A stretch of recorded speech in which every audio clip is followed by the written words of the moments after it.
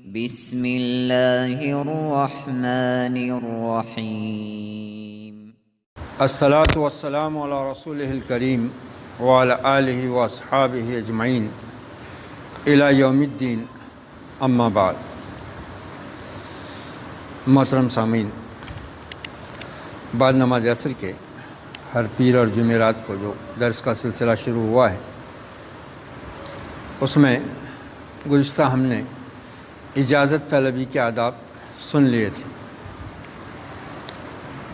اب آج جو عنوان ہے اس میں مجلس کے آداب بتائے جا رہے ہیں۔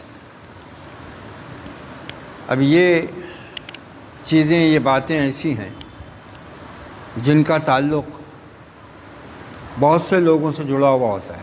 مجلس کا مطلب ہوتا ہے لوگوں کا اجلاس، لوگوں کی اجتماع، لوگوں کا جمع ہونا۔ اب مختلف چیزوں کے لیے انسان جمع ہوتے ہیں۔ شادی بیاہ کے موقع پر لوگ جمع ہوتے ہیں، دور نزدیک کے اعزاء، اقارب، رشتہ دار، دوست احباب، یا اور کوئی گھر میں کوئی اجتماع وغیرہ ہے، کوئی دینی اجتماع رکھا ہے، مسجد میں ہے، مدرسے میں ہے، تو یہ لوگوں کی جہاں جمع ہونے کی جگہ ہوتی ہے۔ اس میں ایک مسلمان کو کس طرح آنا چاہیے اور کس طرح جانا چاہیے، یہ ایسی چیزیں ہیں جس سے انسان کی عزت میں اضافہ ہوتا ہے۔ آپ کسی کو کچھ بولیں نہ بولیں، لیکن اگر ہم ان آداب پر عمل کریں گے نا، تو جتنے لوگ ہم کو دیکھتے ہیں وہاں ہمارا اٹھنا بیٹھنا، مجلس میں آنا، پھر مجلس سے نکل جانا، یہ چیز ان کے اوپر اثر انداز ہوتی ہے۔ اور یہ اللہ کا وعدہ ہے، جو بھی مومن جتنا زیادہ دین پر عمل کرے گا نا، اللہ تعالیٰ لوگوں کے دلوں میں اس کی اتنی محبت اور عزت پیدا کرتا ہے۔ یہ اللہ کا وعدہ ہے۔ حالانکہ اب بھائی جمع ہونا ہے تو ہونا ہی ہے نا، لیکن اگر ہم اس طرح سے آئیں مجلس میں اور اس طرح سے جائیں اور ان آداب کا خیال رکھیں، تو ایک تو اس پر ہم کو اجر بھی ملتا ہے، ثواب، اور دوسرے اس کے ذریعے سے لوگوں میں ہماری وقت، ہماری عزت بڑھتی ہے۔ وہ کیا ہے ذرا دیکھ لیں۔ مجلس میں داخل ہوتے اور نکلتے وقت سلام کرنا چاہیے، سب سے پہلی چیز۔ چاہے کوئی بھی مجلس، ہمارے گھر میں مہمان آئے ہوئے ہوں ویسے ہی، یا ہمارے گھر میں کوئی چھوٹی بڑی تقریب ہو رہی ہے، عقیقہ ہے بچے کا، یا نکاح وغیرہ کا مسئلہ ہے، یا رشتے وغیرہ کے لیے لوگ آئے ہوئے ہیں، بات چیت کا مسئلہ ہے، یا ولیمے کے لیے مہمان آ کر جمع ہوئے ہیں، یا پھر خدا نخواستہ کوئی غم کا معاملہ ہے، اس میں لوگ آ کر ہمارے گھر میں جمع ہوئے ہیں۔ ان تمام صورتوں میں جو چیز سب سے اہم اور بنیادی اور پہلی ہے خیال رکھنے کی، وہ کیا ہے کہ ہم جہاں 4 لوگ، 10 لوگ، 20 لوگ، 50 لوگ بیٹھے ہوں، 2 لوگ بیٹھے ہوں، وہاں اگر ہم بھی جا رہے ہیں تو پہلا کام ہمارا یہ ہے کہ جاتے ہی، داخل ہوتے ہی ہم سلام کریں، اور جب ہم نکل رہے ہوں تب بھی ہم سلام کر کے نکلیں۔ یہ ایک بہت برکت کی چیز ہے۔ اس سے پہلے ہم سلام کے آداب میں یہ چیزیں سن چکے ہیں کہ سلام کا مطلب کیا ہوتا ہے، اور اس میں کتنی دعائیں چھپی ہوئی ہیں، اور یہ ہم کو اللہ اس کے رسول نے کتنا سب سے بہتر طریقہ بتایا ہے کہ ایک مسلمان دوسرے مسلمان کو جب دیکھے، ملے اور سلام کہے، تو اس سے بڑھ کر انسانی محبت کا اور کوئی مظاہرہ ہو ہی نہیں سکتا۔ دعا دینا، اس کا مطلب ہی یہ ہے کہ ہم سامنے والے انسان سے محبت کرتے ہیں۔ دعا عام طور سے دشمنوں کو نہیں دیتا انسان، دعا اپنے لوگوں کو دیتا ہے، اپنے گھر والوں کو دیتا ہے، اپنے رشتہ داروں کو دیتا ہے، اپنے پڑوسیوں کو دیتا ہے، اپنے دوست احباب کو دیتا ہے، اپنے ملنے جلنے والوں کو دیتا ہے، اپنی قوم کے لوگوں کو دیتا ہے پہلے۔ تو اس میں بہت بڑی برکت اللہ تعالیٰ نے رکھی ہوئی ہے۔ یہ ابو داؤد اور ترمذی کی روایت تھی۔ دوسرا ادب ہے، مجلس میں جہاں جگہ ملے وہیں بیٹھنا چاہیے۔ یہ نہیں کہ ہم بڑے ہیں تو ہم آ کے سامنے بیٹھیں گے۔ اگر سامنے بیٹھنا تھا تو لوگوں کے بیٹھنے سے پہلے آ جاتے ہیں نا۔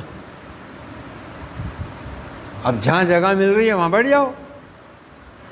یہ انسانیت بھی ہے، یہ شریعت کا حکم بھی ہے، اس سے اللہ خوش بھی ہوتا ہے، اور اس کا اللہ نے قرآن میں بھی حکم دیا ہے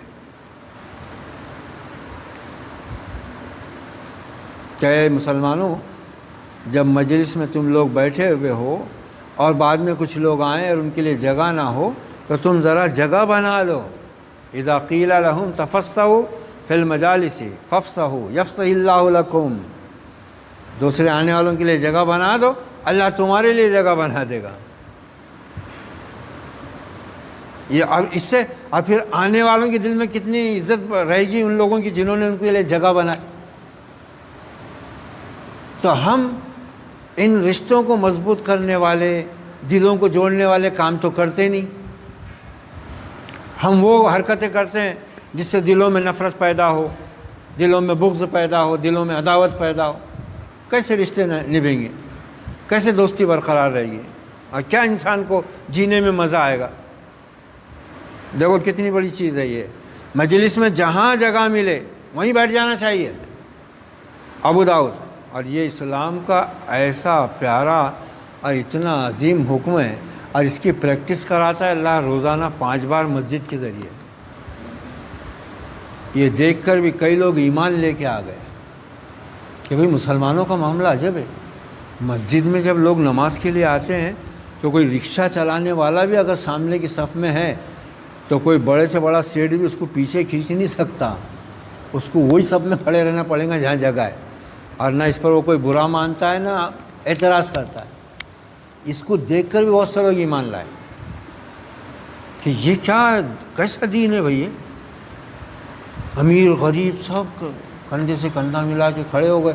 کوئی بڑا آدمی بھی باہر بعد میں آ رہا ہے اور جگہ نہیں ہے تو وہ کچھ نہیں بول رہا ہے، نہ کسی کو پیچھے کھینچ رہا ہے، نہ خود آگے بڑھ رہا ہے، اور کسی پہ اعتراض بھی نہیں کر رہا ہو کہ ارے تیرے کو معلوم نہیں تھا کہ میں آنے والا ہوں، تو کیسا کھڑا ہو. جن میں علم ہوتا ہے، عزت ہوتی ہے، شرافت. لوگ عزت مانگتے ہیں. عزت مانگنے کی چیز نہیں ہے، نہ مانگنے سے ملتی ہو.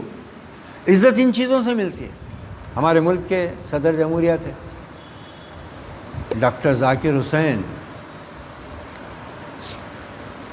صدر جمہوریہ تھے، راشٹرپتی. پارلیمنٹ میں سے نکلے اپنے آفس سے جمعہ کے دن، تھوڑی دیر ہو گئی، جامع مسجد میں آئے. نماز پڑھنے کو جامع مسجد میں آتے تھے، جامع مسجد دہلی. اور بڑی مسجد ہے وہ، اور تقریباً 70-80 سیڑھیاں چڑھ کے اوپر جانا پڑتا. وہ آئے، تھوڑا اس دن دیر ہو گئی ان کو، شیروانی پہنتے تھے. آئے، جب چڑھے مسجد کے اوپر پہنچے اور مسجد فل ہو گئی اور وہ جماعت کھڑی ہو گئی. اب ان کو جگہ نہیں. کون ہے؟ ہمارے ملک کے صدر راشٹرپتی ڈاکٹر ذاکر حسین علیہ الرحمہ. اب جگہ نہیں. جہاں لوگوں کے جوتے چپلیں پڑی تھی نا، فوراً شیروانی کے بٹن کھولے، شیروانی نکالے، چپلوں پہ بچھائے، کھڑے ہو گئے.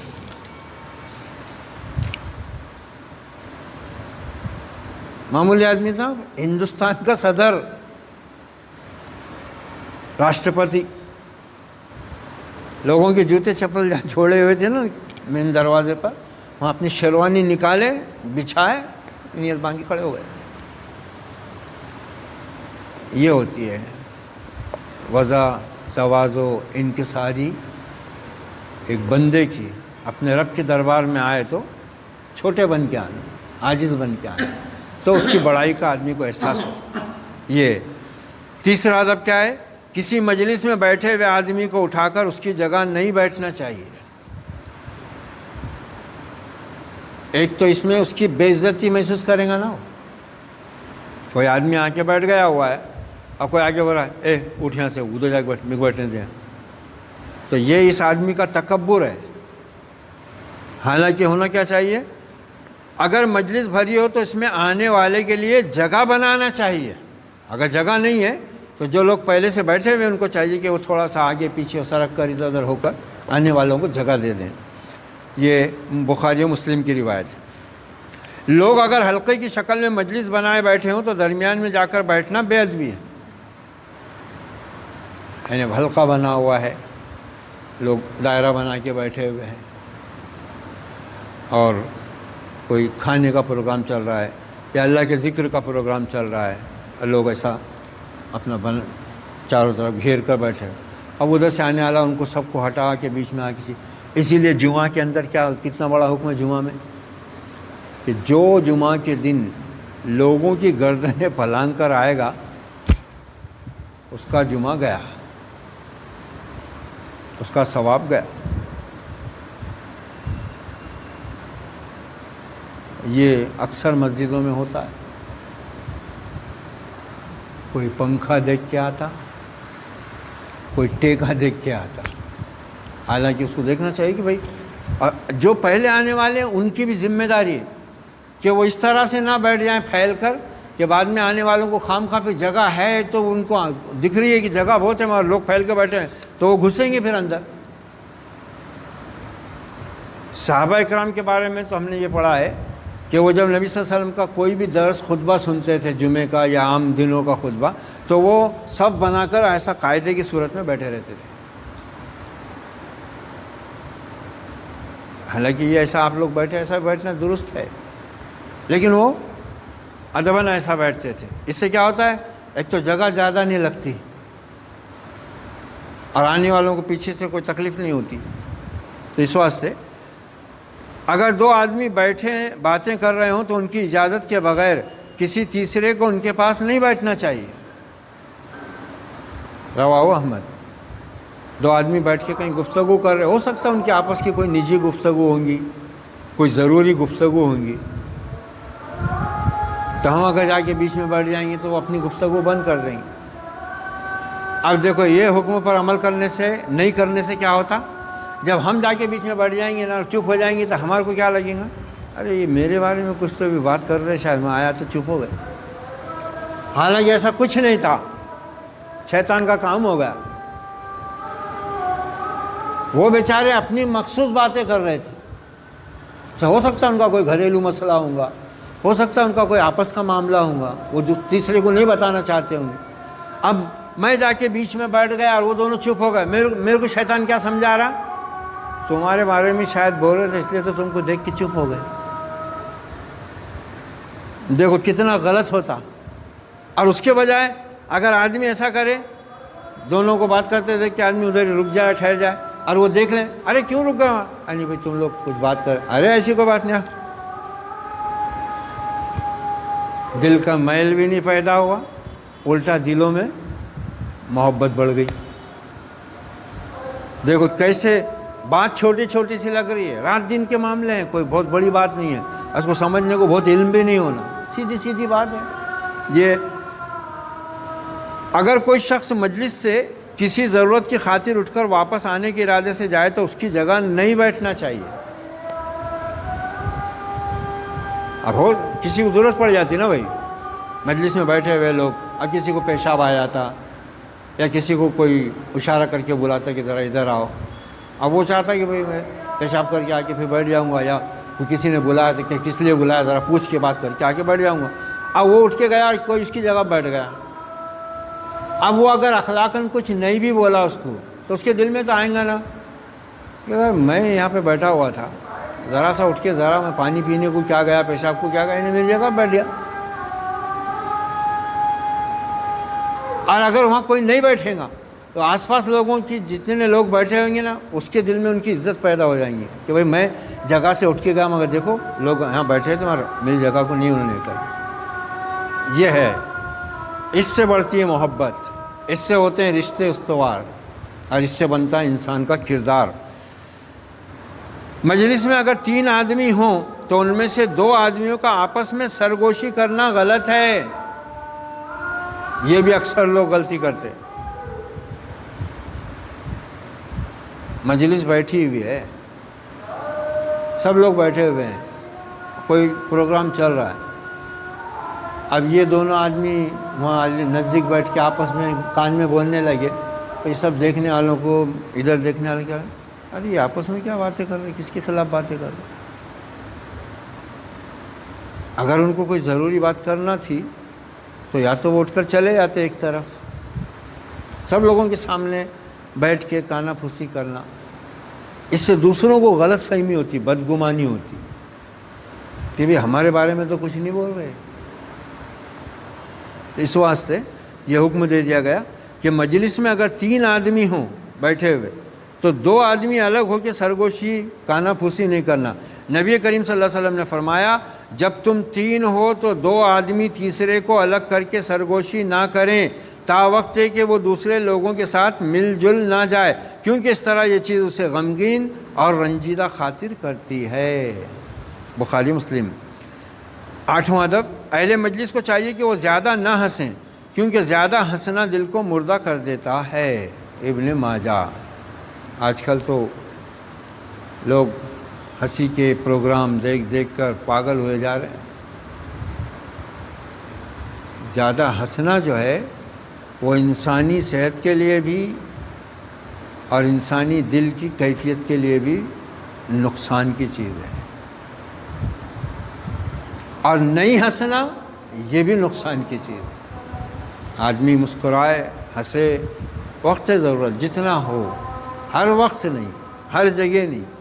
آج تو ہمارے دل ایسے مردہ ہو گئے، واقعی قبرستانوں میں لوگ مذاق کر کے ہنستے رہتے ہیں، جنازہ رکھا ہوا اور لوگ ہنس رہے ہیں باتیں کر کر۔ یہ دل کے مردہ ہونے کی علامت ہے یہ۔ حالانکہ قبرستان وہ جگہ ہے جہاں اللہ کے انبیاء اور رسول جاتے تھے تو لرزتے تھے، ان کی آنکھوں سے آنسو بہتے تھے، جو خطاؤں سے پاک تھے، گناہوں سے پاک تھے، وہ جاتے تھے قبرستان تو ان کے اوپر گریہ طاری ہوتا تھا۔ آج ہمارے دل اتنے مردہ ہو گئے کہ جنازے کے ساتھ جاتے جاتے بھی موبائل چالو ہے، قبرستان میں بھی موبائل چالو ہے، ہنسی مذاق چالو ہے۔ اس کا مطلب ہے کہ انسان کا دل مر چکا ہے، ورنہ قبرستان ہنسنے کی جگہ تو نہیں ہے، جنازہ ہنسنے کی جگہ تو نہیں ہے۔ آدمی اللہ کی طرف متوجہ ہو، استغفار پڑھے، اپنے انجام کو یاد کرے کہ بھئی کل جس طرح آج میں اس کے ساتھ آیا ہوں، کل میرے ساتھ کوئی اسی طرح آئے گا اور مجھ کو یہاں ڈال کر چلا جائے گا۔ یہ سوچے تو انسان کو کاٹے کھڑے ہو جانا، زندگی میں تبدیلی آ جانا آدمی کی، مگر نہیں، اسی لیے زیادہ ہنسنے کو منع کیا گیا۔ نمبر 9، مجلس میں ہونے والی راز کی باتیں امانت ہوا کرتی ہیں، ان کا دوسروں سے بیان کرنا خیانت ہے۔ یہ بھی نہیں ہے آج کل۔ اب کسی گھر والے نے ہم کو بلایا، میاں بیوی کا جھگڑا ہے، ماں باپ اور اولاد کا جھگڑا ہے، اب وہ بھروسہ کر کے ہم کو بلائے بیچاروں نے کہ بھئی چلو تم کو بلائے، ان کو بلائے، بھئی ذرا سمجھاؤ، آ کے ذرا فیصلہ کر دو۔ اب وہاں وہ باتیں ہوتی، اب وہ باتیں انہوں نے جو بتائے بیچاروں نے اپنے گھر کی، اور ہم کو بھروسہ کر کے بلائے، ہم پر اعتماد کر کے، بھئی ان کو علم ہے، دین کی روشنی میں ہم کو کچھ بات سمجھائیں گے، یا بیوی کو سمجھائیں گے، یا امیر کو سمجھائیں گے، یا ماں باپ کو بھی سمجھائیں گے، اولاد کو بھی سمجھائیں گے، ایسا بول کے بولا، پھر سب بتائے گھر کا کیا چل رہا کیا نہیں۔ اب میں نکلا ہوٹل میں آ کے بیٹھا، ارے وہ آ کے بیٹھا یار، ارے کہاں گئے تھے مولانا؟ ارے ان کے کیوں کیا ہوا؟ ارے وہ ایسے چل رہے، ان کے تو خوب چل رہا۔ انتہائی غلط بات ہے یہ۔ اور ایسا بولنے والے لوگ کیا کرتے، پھر جتنی بات ہے اتنی بولتے بھی نہیں، پھر اس میں مسالہ مل جاتا۔ اور پھر جو سننے والے ہیں وہ بھی اسی ٹائپ کے ہیں، وہ پھر ان باتوں میں اور گرم مسالہ ڈال کے پھر چالو ہو جاتے پورے بستی سے۔ یہ ہے ہمارے گھروں کے پھٹنے کا نتیجہ۔ جادو ٹونے تعویذ گنڈوں سے گھر نہیں پھٹتے، ان سے گھر پھٹتے تھے نا تو کسی کا گھر سلامت نہیں رہتا تھا، پھر ان باتوں سے پھٹتے ہیں گھر۔ اس لیے آپ نے فرمایا المجالس بالامانتی، مجلسیں امانت داری کے ساتھ ہوتی ہیں۔ اگر مجلس میں مدرسہ کمیٹی کی میٹنگ ہے، مسجد کمیٹی کی میٹنگ ہے، کسی کے گھر کے جھگڑے کا فیصلہ ہے، اس میں 4 لوگ بیٹھے ہوئے ہیں، وہاں جو بات ہو گئی نا اس کو وہیں دفن کر کے نکلو، بیان مت کرو کسی سے ہو۔ ہاں وہی گھر کا کوئی معاملہ ہے، وہی گھر کا کوئی فرد ہے، اس کو بتانا ضروری ہے تو اس کو بتا سکتے ہیں اگر وہ نہیں تھا، مگر جس کا اس سے کوئی تعلق نہیں، لینا دینا نہیں ہے، اس سے اس کا ذکر مت کرو نا بھائی۔ کیوں دوسروں کا راز تم اجاگر کر رہے دوسروں کے پاس؟ تم پر اعتماد کر کے اس نے تم کو بلایا کہ تم کچھ اس کا فیصلہ کریں گے، اور تم ان کے اندر کے گھر کی باتیں لوگوں میں بیان کر رہے، تو انتہائی غلط بات ہے۔ ترمذی، مجلس میں ایسی کوئی حرکت نہیں کرنا چاہیے جو دوسروں کے ذوق پر گراں گزرتی ہو، یعنی مجلس میں کوئی ایسی حرکت نہیں کرنا کہ جس کو دیکھ کر لوگوں کو ناگواری ہو۔